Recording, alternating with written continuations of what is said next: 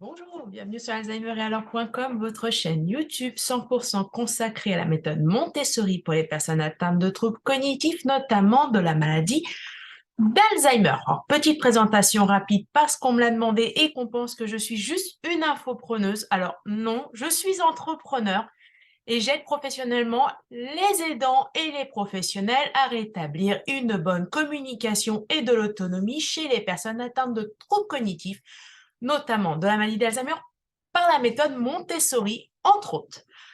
Alors, pour les petits nouveaux et petites nouvelles, bienvenue. J'espère que le sujet de la semaine vous plaira. Et pour les Montessoriens et Montessoriennes de cette chaîne, bienvenue aussi. Alors, on va continuer notre petite playlist sur les chouchouteurs professionnels qui prennent grandement soin, excusez-moi, de nos seniors. Et aujourd'hui, on va parler de la sophrologie. Et je vais vous laisser en compagnie de Françoise Bellemin, sophrologue. Bonjour et merci de m'accueillir. Je me présente, je suis Françoise Bellemin, je suis sophrologue dans le nord de la Seine-et-Marne. J'exerce à mon cabinet de Longperrier, mais aussi en visioconférence à distance, et puis dans les écoles et des associations autour de chez moi. Donc, qu'est-ce que la sophrologie? C'est une thérapie brève qui remet du lien entre tout ce qui est ressenti corporel, tout ce qui est émotionnel et tout ce qui est pensé pour améliorer sa vie, améliorer les ressentis, améliorer l'interprétation de nos émotions, comprendre le message et comprendre ce qu'on peut en faire. Dans la gestion du stress également. Moi, je suis spécialisée en gestion émotionnelle, donc je reçois à mon cabinet beaucoup de femmes, majorité, qui souhaitent apporter un changement positif dans leur vie. Et je les aide à comprendre qu'elles ont tout ce qu'il faut déjà en elles et je vais juste éclairer certaines parties. Alors comment? Donc la sophrologie, on a des exercices qui s'appellent de relaxation dynamique qui vous aident à évacuer des choses qui doivent être évacuées, des choses qui ne sont pas très bonnes pour vous, et à vous nourrir de choses qui vont vous apporter un bien-être.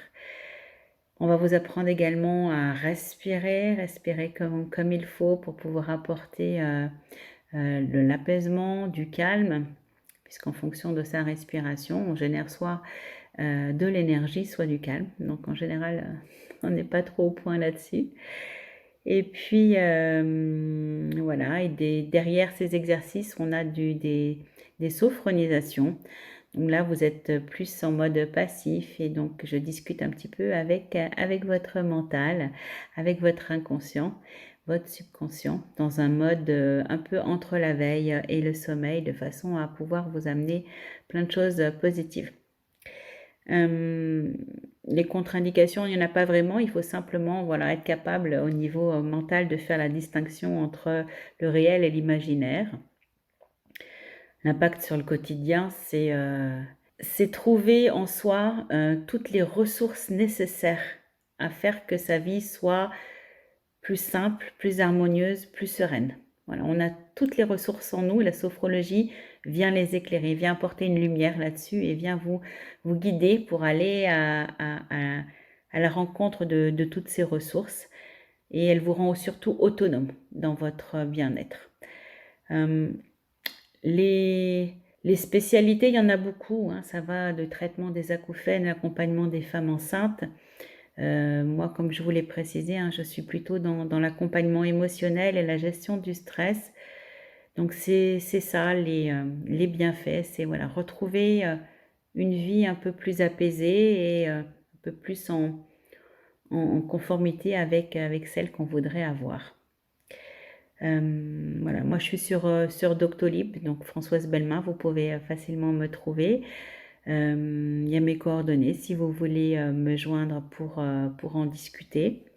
Et puis ben voilà, j'espère que vous trouverez dans tout ce que je vous ai dit des petites pépites qui vous permettront de vous orienter et de comprendre mieux ce que c'est que la sophrologie.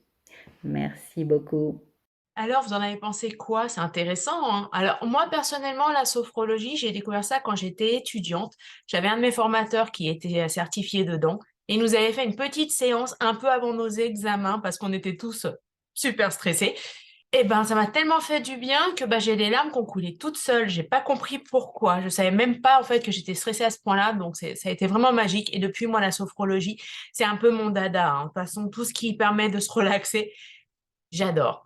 Alors, n'hésitez pas à suivre Françoise sur les réseaux sociaux parce que elle a pas de, malheureusement, elle n'a pas encore de chaîne YouTube, mais elle fait plein de petites vidéos que vous pouvez trouver notamment sur Facebook ou sur LinkedIn. Donc, n'hésitez pas à la contacter.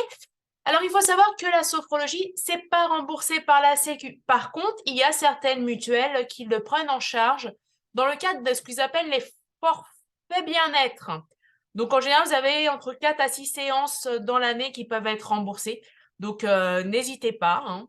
Et puis, Françoise est quelqu'un de très gentil. Donc, si vous voulez juste avoir une petite discussion pour pouvoir savoir si ça peut vous apporter quelque chose ou pas, ou besoin d'informations complémentaires, n'hésitez pas à la contacter. Donc, n'hésitez pas à liker, disliker, partager, commenter cette vidéo.